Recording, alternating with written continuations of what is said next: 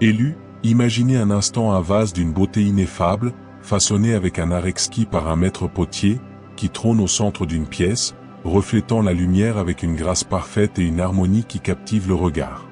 Soudain, un choc brutal, une chute inattendue, et le voilà éclaté en mille éclats sur le sol froid, réduisant ce chef-d'œuvre à un tas de débris inutiles et coupants.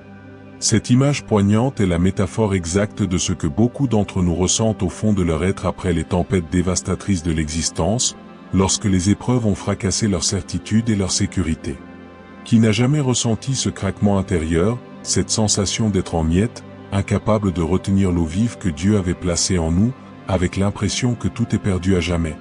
La vie, avec ses épreuves, ses trahisons, ses deuils et ses déceptions, a souvent pour effet de nous briser, laissant notre âme en lambeaux et notre espérance vacillante face à l'avenir.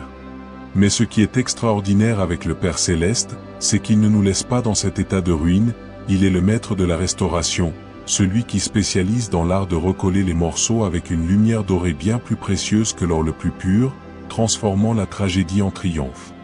Votre état actuel de fracture n'est pas votre destination finale, et vos blessures ne sont pas les uniques définisseurs de votre identité spirituelle, car Dieu a un plan de réhabilitation pour vous. Il existe un chemin de guérison, une voie divine où chaque éclat de votre cœur brisé peut être rassemblé pour former un chef-d'œuvre de grâce et de résilience qui reflète sa gloire. Ce processus surnaturel transforme vos cicatrices en portes de gloire, et vos faiblesses en plateforme pour la puissance de Dieu. Le Seigneur vous appelle aujourd'hui à une démarche de restauration profonde, à un voyage intérieur où sa lumière pénètre les fêlures pour illuminer votre monde intérieur et vous redonner une raison de vivre. Abonnez-vous à la chaîne pour plus de révélations divines, appuyez sur le bouton like si cette vidéo vous touche, et laissez vos vœux en commentaire pour partager avec la communauté. La première étape pour réparer une âme brisée par la vie consiste à reconnaître l'étendue des dégâts sans aucune forme de déni ou de dissimulation mal placée, car la guérison commence par la vérité. Trop souvent, nous avons tendance à vouloir balayer les éclats de verre sous le tapis de nos vies, faisant semblant que tout va bien alors que nous saignons intérieurement de 1000 blessures invisibles qui continuent de nous faire souffrir en silence. Nous portons des masques de façade, souriant lors des offices religieux, disant Dieu est bon d'une voix ferme alors que notre cœur murmure en silence une complainte de douleur et de désarroi, espérant que personne ne remarque nos fissures.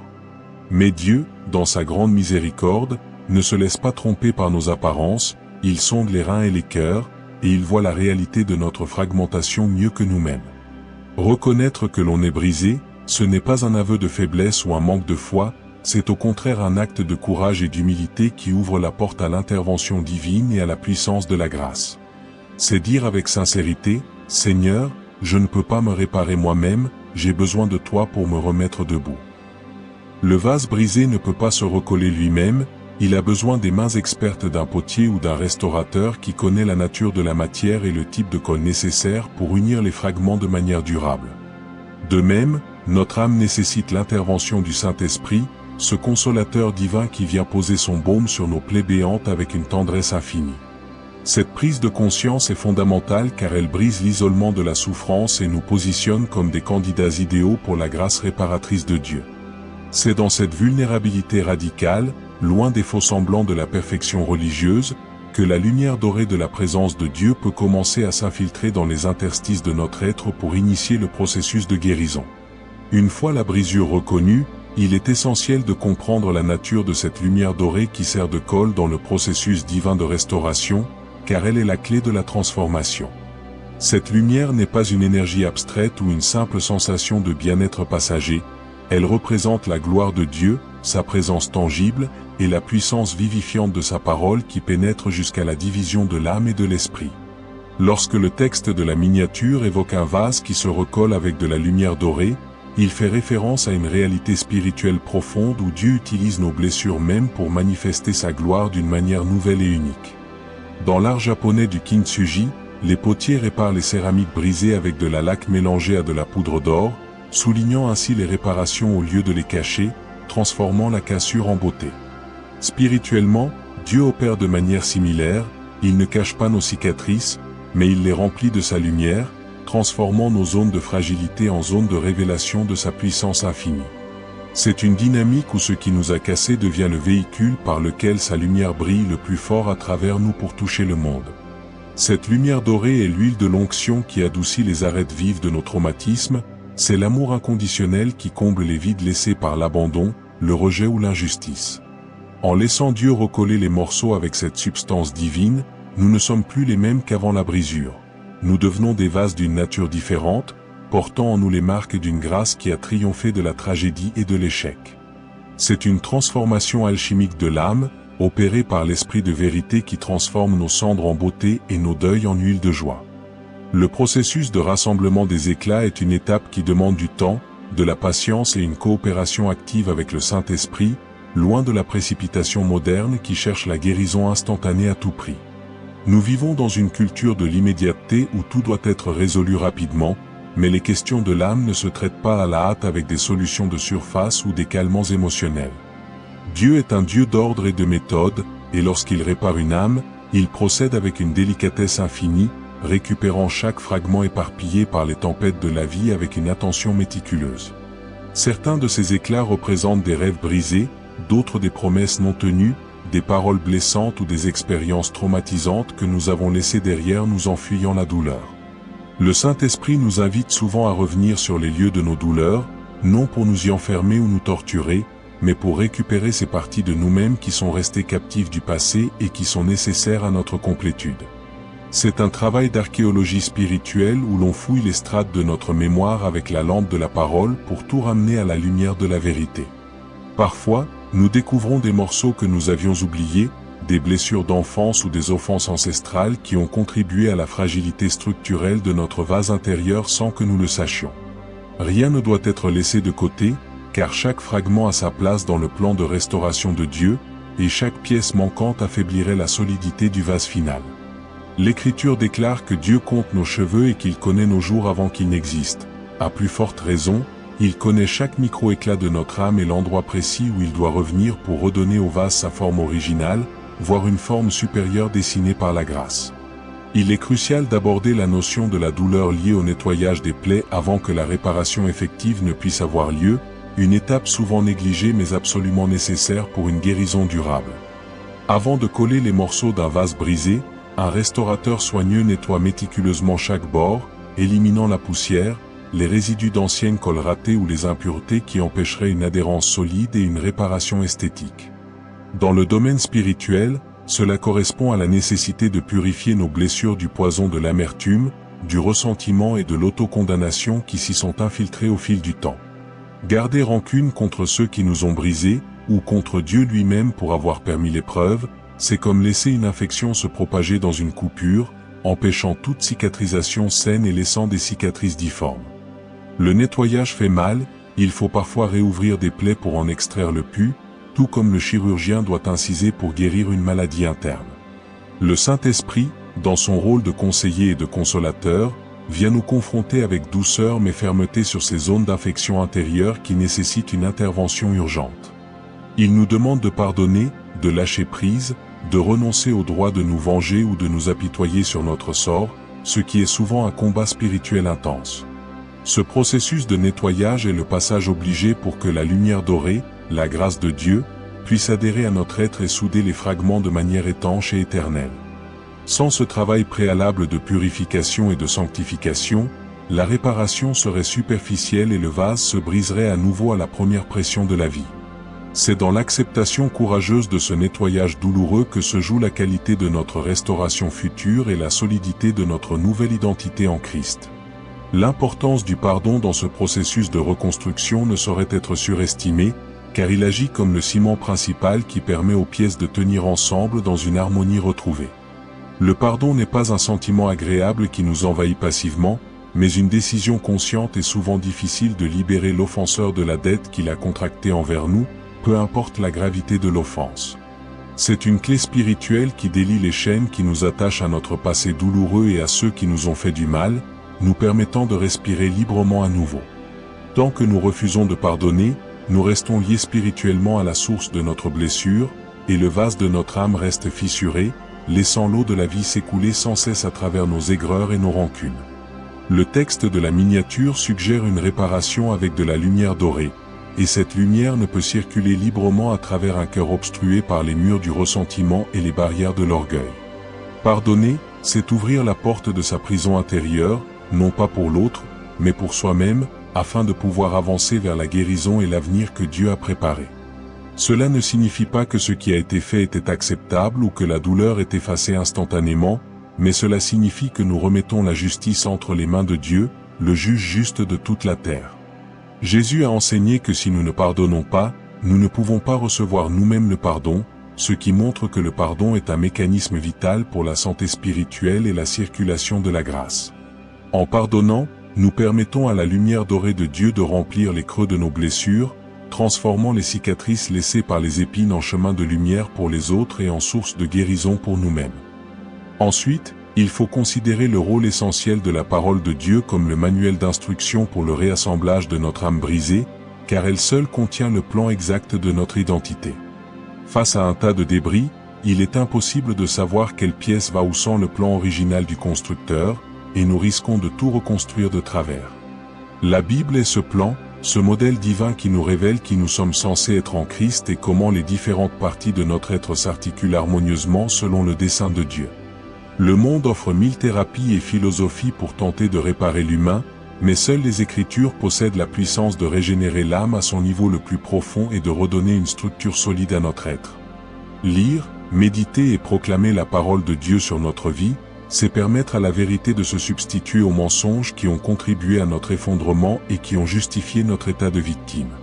Si vous avez été brisé par le rejet, la parole vous dit que vous êtes accepté dans le bien-aimé. Si vous avez été brisé par l'échec, la parole vous assure que vous êtes plus que vainqueur par celui qui vous a aimé. Cette vérité agit comme un laser qui recoupe les fragments de notre identité pour qu'ils s'emboîtent parfaitement selon le dessein divin, éliminant les bavures et les imperfections. La lumière dorée de la miniature, c'est aussi l'illumination que l'Esprit donne lorsque nous étudions les Écritures, nous montrant la perspective de Dieu sur nos souffrances et nos brisures. C'est en alignant notre pensée sur sa pensée que nous retrouvons la structure, le sens et la direction nécessaires pour que notre vase intérieur retrouve sa stature et sa capacité à contenir les richesses de la grâce sans fuir. La guérison de l'âme passe inévitablement par le renouvellement de l'intelligence, car c'est souvent dans notre mental que se logent les racines de nos brisures et les schémas de pensée destructeurs qui nous maintiennent captifs. Un vase ne se brise pas seulement sous les coups extérieurs, mais parfois sous la pression interne de pensées toxiques, d'images négatives et de fausses croyances qui érodent sa résistance jour après jour. Pour réparer une âme, Dieu doit retravailler notre manière de penser, déconstruire les forteresses mentales que nous avons construites pour nous protéger mais qui sont devenues des prisons étouffantes. L'apôtre Paul nous exhorte à nous transformer par le renouvellement de l'intelligence, un processus continu qui consiste à remplacer les « je ne vaux rien »,« je ne serai jamais heureux »,« les autres sont dangereux », par les promesses vivifiantes de l'Évangile. Cette lumière dorée qui recolle le vase illumine aussi notre esprit, chassant les ténèbres de la confusion et du mensonge qui obscurcissent notre jugement et notre perception de nous-mêmes. Nous commençons à nous voir non plus comme une victime passive de l'histoire, mais comme un surcontent par la grâce de Dieu, capable de transformer ses blessures en sagesse et en force. Ce travail de fondation mentale est crucial, car si l'on répare le vase sans changer les contenus que l'on y verse, il risque de se fissurer à nouveau sous le poids de la négativité et de l'incrédulité. Dieu veut nous donner un esprit de force, d'amour et de modération, un esprit stable qui soutient la structure de notre âme reconstruite et qui résiste aux assauts de l'ennemi. C'est une démarche active de capture de chaque pensée pour l'amener à l'obéissance de Christ, permettant ainsi une consolidation durable de notre être intérieur et une paix profonde qui surpasse l'entendement. Il est important de comprendre que la réparation divine ne vise pas à nous ramener à l'état d'avant la brisure, mais à nous élever vers un état de grâce supérieur et plus résistant que le précédent. Beaucoup de gens prient pour que tout redevienne comme avant, comme si l'épreuve n'avait jamais existé, mais la perspective de Dieu est différente et plus glorieuse, car elle intègre la victoire sur l'épreuve. Dans sa sagesse, il sait que le vase, une fois réparé par sa lumière dorée, porte une beauté que le vase intact ne possédait pas, une beauté forgée dans l'épreuve et la restauration. Les cicatrices d'or deviennent des témoignages de sa puissance, des lignes de force qui racontent une histoire de rédemption et de résilience qui inspire les autres. C'est le paradoxe divin. C'est dans la faiblesse que la puissance se perfectionne, c'est dans la brisure que la lumière se diffuse le plus intensément à travers les fissures comblées. Dieu ne gaspille aucune souffrance, chaque larme versée, chaque éclat de douleur est intégré dans le dessein global de notre glorification et de notre maturité spirituelle. Le vase réparé n'est pas moins solide, il est souvent plus précieux car il a survécu à l'éclatement et a été touché par les mains du Maître qui l'a restauré avec amour. Cette vérité doit libérer notre espérance. Nous ne perdons pas notre vie à cause de nos épreuves, nous la gagnons sous une forme nouvelle, enrichie d'une profondeur et d'une sensibilité que l'innocence ne connaissait pas. Votre histoire ne s'arrête pas sur les décombres, elle est en train d'être réécrite avec des lettres d'or qui transformeront votre douleur en un monument de louange pour les générations futures, prouvant que Dieu est capable de tout restaurer. La solitude et l'isolement sont souvent les compagnons de l'âme brisée, mais la restauration véritable nécessite de briser cet isolement pour s'ouvrir à la communion fraternelle et au soutien de la communauté. Lorsque nous sommes blessés, notre réflexe naturel est de nous retirer, de nous cacher comme Adam et Ève après la chute, par honte ou par peur d'être blessés à nouveau ou jugés par les autres. Nous coupons les ponts, nous nous enfermons dans notre forteresse solitaire, pensant nous protéger, mais en réalité, nous entravons notre guérison en nous privant de l'oxygène de la relation. Le vase brisé ne peut se réparer tout seul, il a besoin d'être manipulé par le potier. Et souvent, Dieu utilise les mains de nos frères et sœurs dans la foi pour appliquer son baume sur nos plaies. L'Église, la communauté des croyants, est le cadre que Dieu a institué pour le soutien mutuel et la guérison collective, un hôpital pour les âmes blessées et non un musée de saints parfaits. Se confier à un ami spirituel fiable, à un pasteur ou à un conseiller chrétien, permet d'extérioriser la douleur et de recevoir la consolation qui provient d'un cœur compatissant et d'une prière compatissante. Partager son fardeau, c'est le rendre plus léger, et prier les uns pour les autres, c'est activer la puissance de guérison de Dieu dans une dimension communautaire. La lumière dorée circule à travers les canaux des relations saines et bienveillantes, apportant chaleur et réconfort là où régnait le froid de l'isolement. Il faut du courage pour dire « j'ai besoin d'aide, je suis brisé », mais c'est dans cette admission que la communauté peut se lever comme un rempart et restaurer l'âme épuisée par le combat solitaire. Ne restez pas seul avec vos éclats de verre. Permettez à l'amour fraternel de jouer son rôle de colle et de soutien dans votre processus de reconstruction spirituelle, car nous sommes membres les uns des autres.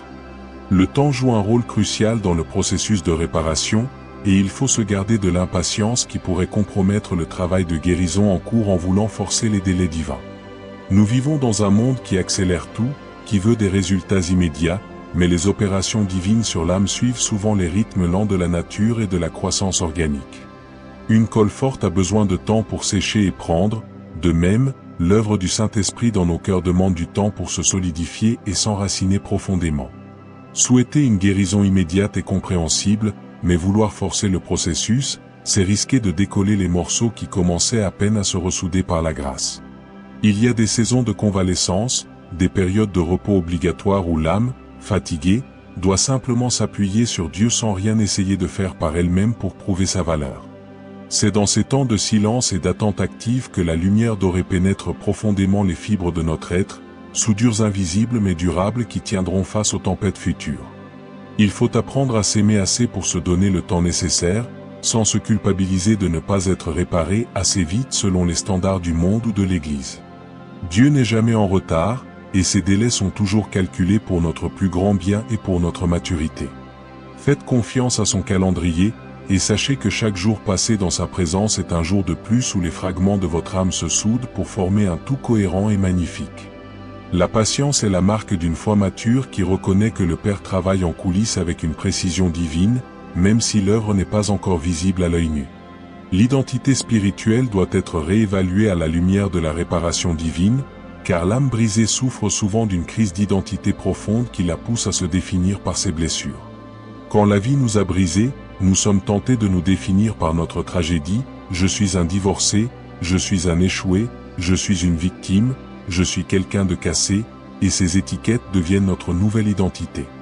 Ces définitions collées sur notre vase interne limitent la capacité de Dieu à nous restaurer selon notre véritable nature d'enfant de Dieu et d'ambassadeur du royaume.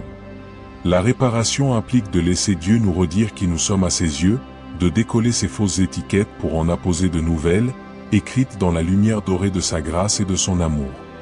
Vous n'êtes pas vos blessures, vous êtes un enfant du roi des rois, un ambassadeur du Christ, une odeur de vie pour ceux qui périssent, et une œuvre en devenir. Le vase réparé est toujours un vase, un récipient destiné à contenir le trésor de l'Évangile et la présence de Dieu. Cette réappropriation de notre identité est une étape décisive pour sortir de l'ornière de l'apitoiement et entrer dans la destinée que Dieu a prévue pour nous depuis la fondation du monde. Le diable cherche à nous convaincre que nous ne valons plus rien une fois brisés, que nous sommes bons pour la poubelle, mais Dieu nous regarde et dit, « Cela vaut la peine d'être réparé, cet objet est précieux pour moi. » Changez votre confession, changez vos déclarations, et commencez à vous voir comme le Père vous voit, complet en Christ, restauré par sa grâce, et prêt à accomplir de grandes choses pour son royaume, malgré et à travers vos cicatrices transformées en or. La confiance en Dieu est souvent la première victime d'une âme brisée, et sa restauration est indispensable pour que le vase puisse à nouveau contenir la foi sans fuir et sans douter. Quand nous traversons des épreuves inexpliquées et douloureuses, nous sommes tentés de douter de la bonté de Dieu, de sa puissance ou de son amour pour nous, nous demandons pourquoi il a permis cela. Si Dieu m'aimait vraiment, pourquoi a-t-il permis que je sois brisé à ce point? Cette question hante les esprits tourmentés et crée une fissure dans la relation avec le Père qui alimente l'amertume. Pour réparer l'âme, il faut retourner à la croix, ce lieu ultime où la douleur et l'amour se sont rencontrés de manière spectaculaire et où Dieu a prouvé son amour une fois pour toutes.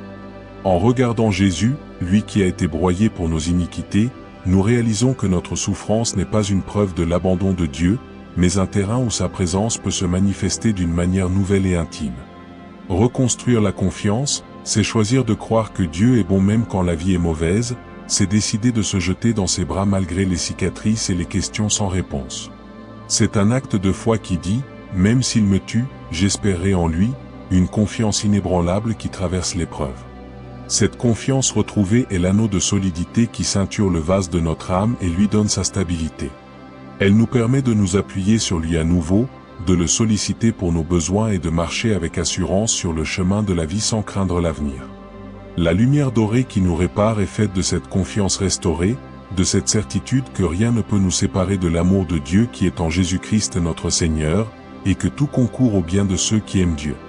Il est primordial d'intégrer la dimension émotionnelle de la guérison, car une âme brisée est souvent engloutie sous des émotions refoulées, explosives ou paralysantes qui perturbent son équilibre.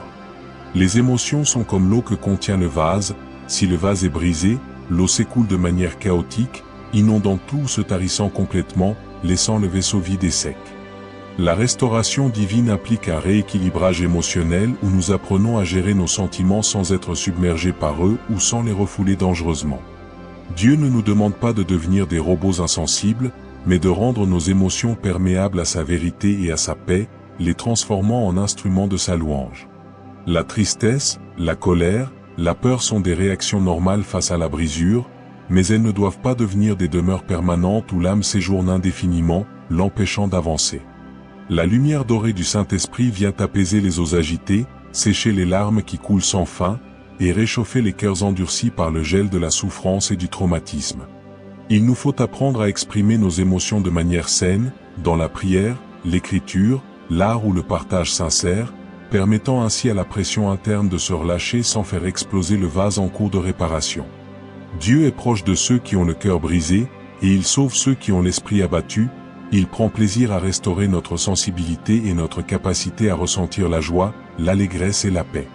Ne craignez pas vos émotions, mais amenez-les au Père pour qu'il les purifie, les sanctifie et les intègre dans le chef-d'œuvre de votre restauration, car vos émotions sont une partie vitale de votre être.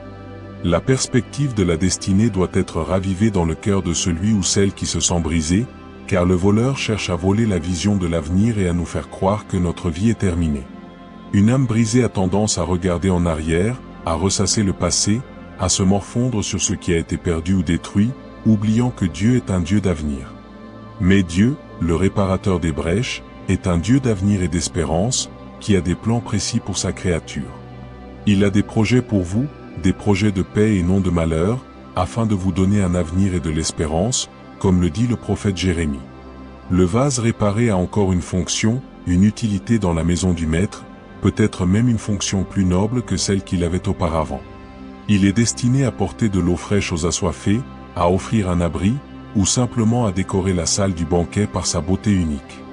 Peu importe l'usage, le vase a une destinée qui attend d'être accomplie. Vos rêves peuvent avoir été brisés, mais Dieu peut vous donner de nouveaux rêves, plus alignés avec sa volonté et plus grands que ce que vous aviez imaginé dans votre jeunesse. La brisure n'est pas une impasse, mais un détour qui peut mener à une destination plus glorieuse, plus profonde et plus impactante. Voyez au-delà des éclats de verre sur le sol, voyez le vase reconstitué, resplendissant de lumière dorée, occupant une place de choix dans le palais du roi. Rallumez la flamme de l'espérance, car votre histoire n'est pas finie, et vos meilleurs jours ne sont pas derrière vous, mais devant vous, remplis des promesses fidèles d'un Dieu qui accomplit toutes choses selon le conseil de sa volonté. L'humilité est une composante essentielle de la colle divine qui recolle les morceaux, car l'orgueil est souvent un obstacle majeur à la guérison complète et transparente. L'orgueil nous pousse à dire « Je n'ai besoin de personne, je vais gérer tout seul mes problèmes » ou « Je ne veux pas que l'on voie mes fissures, je dois garder les apparences ». Mais la guérison demande de l'humilité, cette capacité à reconnaître notre besoin total de Dieu et notre interdépendance avec les autres membres du corps de Christ. C'est l'humilité qui nous fait accepter l'aide, accepter le temps nécessaire, et accepter que notre réparation soit visible pour la gloire de Dieu, sans chérir à cacher ce que nous avons été. La lumière dorée ne peut adhérer à une surface couverte d'orgueil, qui est comme de la graisse empêchant la colle de prendre et de sceller la brisure. L'humilité nettoie la surface de notre cœur et permet à la grâce de souder les fragments avec une puissance inébranlable, créant une union parfaite. Jésus a dit, « Heureux les pauvres en esprit, car le royaume des cieux est à eux. » C'est dans la reconnaissance de notre pauvreté spirituelle suite à la brisure que nous héritons des richesses du royaume et de sa restauration. Un vase brisé et réparé est un modèle d'humilité, il ne prétend pas à la perfection de la forme originelle, mais il expose ses failles comblées par la grâce avec une beauté singulière. Cette posture humble nous protège également de nouvelles chutes, car elle nous garde dépendants de Dieu et sensibles à sa direction, conscients que notre solidité vient de lui seul. C'est un état d'esprit qui favorise une guérison en profondeur, solide et durable, ancrée dans la reconnaissance de notre fragilité et de la toute-puissance de Dieu qui nous soutient. La prière devient le fil conducteur de ce processus de réparation, le canal par lequel la lumière dorée est continuellement versée sur les zones endommagées de notre âme pour les guérir. Prier quand on est brisé est souvent difficile. Les mots manquent, le cœur est lourd, et le silence semble être la seule réponse possible face à l'ampleur de la douleur. Pourtant, la prière n'est pas une performance oratoire, c'est un cri du cœur, un gémissement que l'Esprit traduit devant le Père avec une intensité qui dépasse les mots. C'est dans l'intimité de la chambre secrète que le grand médecin opère ses plus beaux miracles de restauration, loin des regards et des jugements humains. Prier, c'est présenter les éclats un par un au Seigneur, en disant « Voici cette partie de moi qui a été meurtrie par cette trahison, répare-la Seigneur. Voici ce fragment qui a été écrasé par cette perte, remets-le à sa place. » La prière maintient la connexion vivante avec la source de lumière, empêchant la brisure de s'aggraver par le manque de contact avec le divin et par l'isolement spirituel. C'est une respiration spirituelle qui oxygène l'âme en convalescence et qui lui redonne vie. Il faut persévérer dans la prière, même quand on ne ressent rien, car la guérison est un acte de foi, pas un simple sentiment ou une émotion passagère. La lumière dorée coule le long des prières des saints, consolidant les joints, polissant les aspérités, et redonnant au vase sa beauté et sa fonction première. Faites de la prière votre atmosphère naturelle, votre lieu de refuge où le vase brisé trouve les mains compatissantes qui le remettent ensemble avec amour, précision et patience, pour une restauration durable. Le témoignage qui naîtra de cette réparation est l'une des raisons pour lesquelles Dieu permet parfois que nous passions par la vallée de l'ombre de la mort, car il transforme nos épreuves en plateforme de ministère. Un vase intact est beau, mais il ne raconte pas d'histoire, il est simplement un objet décoratif qui peut passer inaperçu. En revanche, un vase brisé et réparé par la lumière dorée est une œuvre d'art narrative, qui porte en elle la marque de la résurrection et de la grâce transcendante. Votre cicatrice d'or deviendra le point de contact avec d'autres âmes brisées qui cherchent désespérément un espoir et une preuve que Dieu peut encore les utiliser.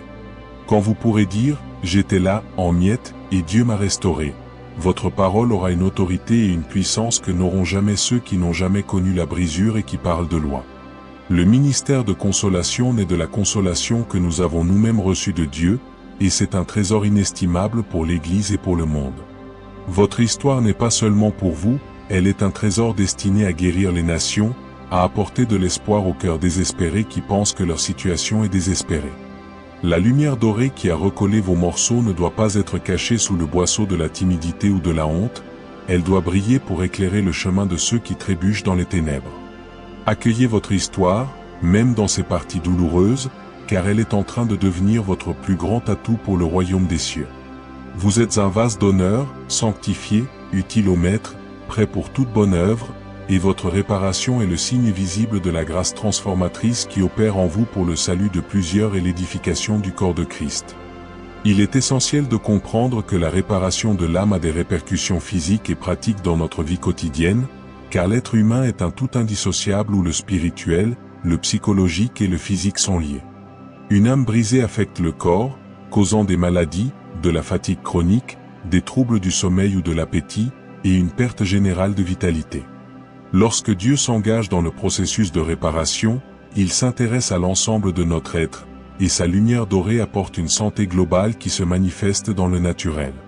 En guérissant les blessures émotionnelles et spirituelles, on constate souvent une amélioration de l'état physique, une énergie retrouvée, un sommeil plus paisible et une capacité à profiter de la vie. De même, notre capacité à fonctionner dans la société, au travail, dans la famille, est restaurée progressivement. Le vase brisé ne peut pas contenir de liquide, il est inutile pour ses fonctions pratiques et il devient un fardeau. Mais une fois réparé, il peut à nouveau servir, verser, donner, et accomplir sa fonction avec excellence.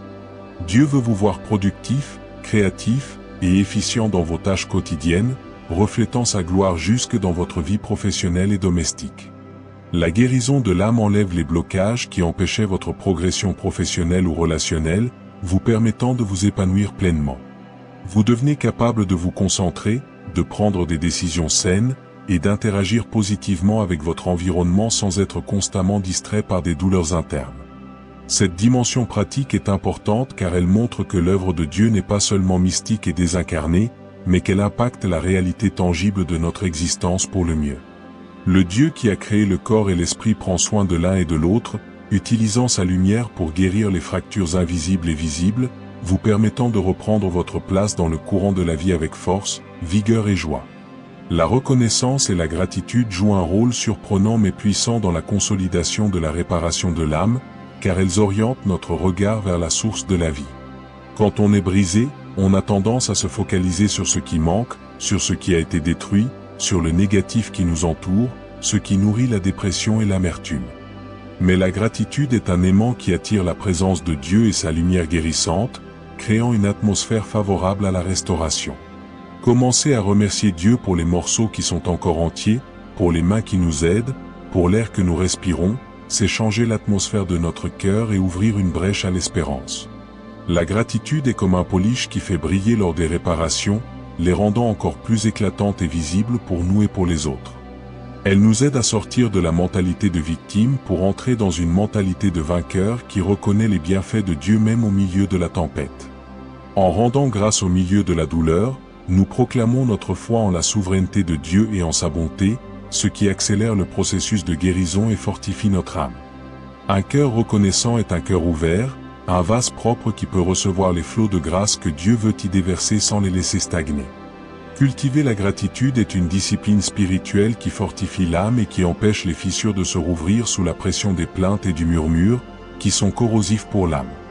Apprenez à voir les traces de la lumière dorée dans votre vie, ces petites victoires, ces moments de paix, ces rencontres bénies, et rendez en grâce à Dieu pour chacune d'elles.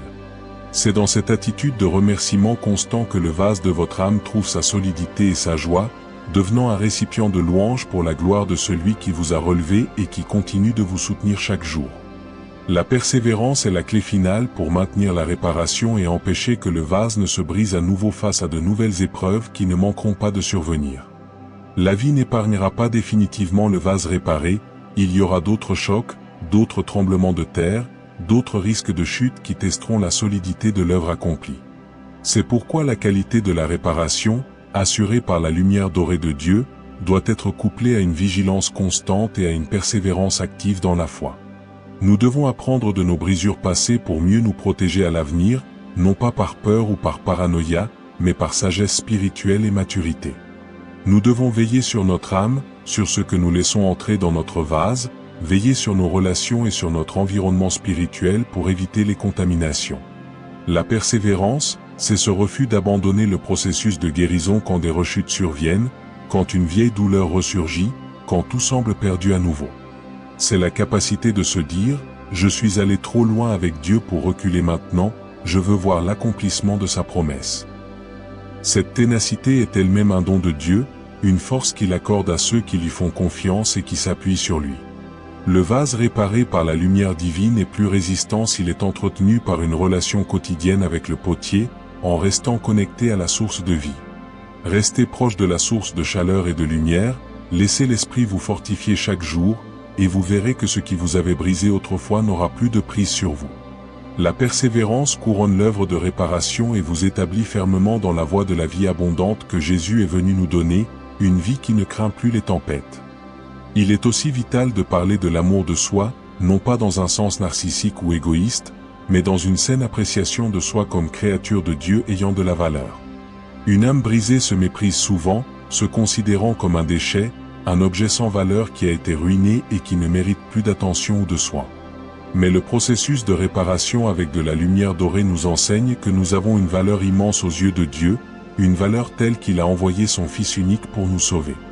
Le fait qu'il prenne le temps de nous recoller morceau par morceau prouve que nous sommes précieux pour lui, que nous valons la peine d'être sauvés et restaurés avec une telle minutie. Apprendre à s'aimer soi-même, c'est accepter l'amour que Dieu a pour nous et cesser de se rejeter ou de se punir pour nos erreurs passées. C'est prendre soin de son âme réparée, veiller à ne pas la surcharger de toxines émotionnelles ou relationnelles, et à lui fournir un environnement sain pour grandir. C'est se pardonner à soi-même pour les erreurs qui ont pu contribuer à la brisure, en acceptant la grâce de Dieu qui couvre tout péché.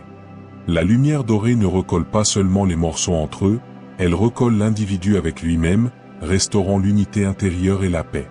Elle restaure l'image de soi qui a été fracassée par les critiques, les échecs et les traumatismes, en la remplaçant par l'image de Dieu. Vous devez apprendre à vous regarder dans le miroir de la parole et à dire « Je suis merveilleusement fait, et mes réparations sont belles aux yeux de Dieu ». Cet amour-propre saint est indispensable pour interagir sainement avec le monde et pour aimer son prochain comme soi-même, comme le commande l'Écriture. Si le vase se méprise, il négligera son entretien et se laissera salir ou briser à nouveau par manque de soin. Mais un vase qui connaît sa valeur sera traité avec soin et respect, par lui-même et par ceux qui l'entourent, permettant à la grâce de couler librement. Finalement, la réparation de l'âme est une invitation à la transformation continue, car la vie chrétienne est un perpétuel devenir où nous passons de gloire en gloire. Le vase qui se recolle n'est pas une œuvre statique ou figée, il est appelé à grandir, à s'embellir, à se remplir de la présence de Dieu de manière croissante. La brisure a été un moment de crise, mais elle peut devenir un catalyseur pour une transformation plus profonde et une marche plus intime avec Dieu. Dieu utilise ces failles pour briser les coquilles d'autosuffisance et nous rendre plus perméables à son esprit, plus dépendants de sa grâce. Les fissures comblées d'or deviennent des points de passage pour sa gloire, des fenêtres ouvertes sur le ciel qui laissent passer la lumière divine. Cette transformation nous pousse à ne plus vivre pour nous-mêmes, mais pour celui qui est mort et ressuscité pour nous, nous donnant un but supérieur à notre existence. Nous devenons des vases vivants, animés par une force intérieure qui dépasse notre propre logique et notre propre force. La réparation nous conduit à une maturité spirituelle où nous ne craignons plus les tempêtes, car nous savons que nous avons un réparateur fidèle qui ne nous abandonnera jamais et qui est capable de tout restaurer. C'est un voyage de sanctification où chaque jour est une opportunité de laisser la lumière dorée opérer un travail de finition, polissant notre caractère, élargissant notre capacité d'amour et de compassion, et nous rendant plus semblables à Christ. Ne voyez pas votre brisure comme une fatalité tragique qui a ruiné votre vie, mais comme le point de départ d'une aventure spirituelle extraordinaire où Dieu démontre sa puissance dans votre faiblesse. Le vase brisé et réparé est le symbole ultime de la grâce rédemptrice, une œuvre d'art vivante qui chante les louanges du Créateur et qui témoigne de sa bonté infinie à un monde qui a besoin d'espoir. Chers élus, nous avons parcouru ensemble le chemin magnifique et profond de la réparation de l'âme, cette œuvre divine qui transforme nos tragédies les plus sombres en triomphes éclatants de la grâce. Nous avons vu que la brisure n'est pas la fin de l'histoire, mais souvent le début d'une aventure plus belle et plus intime avec le Seigneur, une aventure où sa gloire se manifeste à travers nos faiblesses. Ce vase brisé que vous pensiez bon à jeter aux ordures est en réalité le matériau de prédilection du Maître pour créer un chef-d'œuvre unique, rayonnant d'une lumière dorée qui attire les regards et glorifie le Père Céleste. Chaque étape, de la reconnaissance de la douleur au pardon libérateur, en passant par le renouvellement de l'intelligence et la patience de la foi, contribue à forger une âme forte, résiliente et profondément enracinée dans l'amour inébranlable de Christ. N'oubliez jamais que vos cicatrices sont devenues des lignes de lumière éclatantes, que vos failles sont devenues des canaux privilégiés de sa grâce, et que votre passé douloureux est devenu un tremplin puissant pour votre destinée éternelle. Vous n'êtes plus des victimes passives du destin, mais des vainqueurs par la foi, des vases d'honneur dans la maison du Roi des Rois, choisis et précieux. Que cette révélation habite votre cœur chaque jour, vous donnant la force de vous lever, de briller et d'avancer avec l'assurance inébranlable que celui qui a commencé en vous une bonne œuvre l'amènera à son terme glorieux pour l'éternité. Que le Dieu de toute consolation vous remplisse de sa paix qui surpasse toute intelligence, qu'il guérisse chacune de vos blessures intérieures les plus profondes et qu'il fasse de vous des colonnes solides dans son temple spirituel. Nous prions que l'Esprit Saint descende puissamment sur vous en ce moment même, qu'il restaure votre âme dans son intégralité, qu'il renouvelle vos forces comme celles de l'aigle et qu'il vous accorde des jours remplis de joie pure, de santé divine et de bénédictions sans fin. Que sa faveur vous accompagne partout où vous allez, que vous soyez une bénédiction vivante pour votre entourage et que votre témoignage de restauration touche de nombreux cœurs.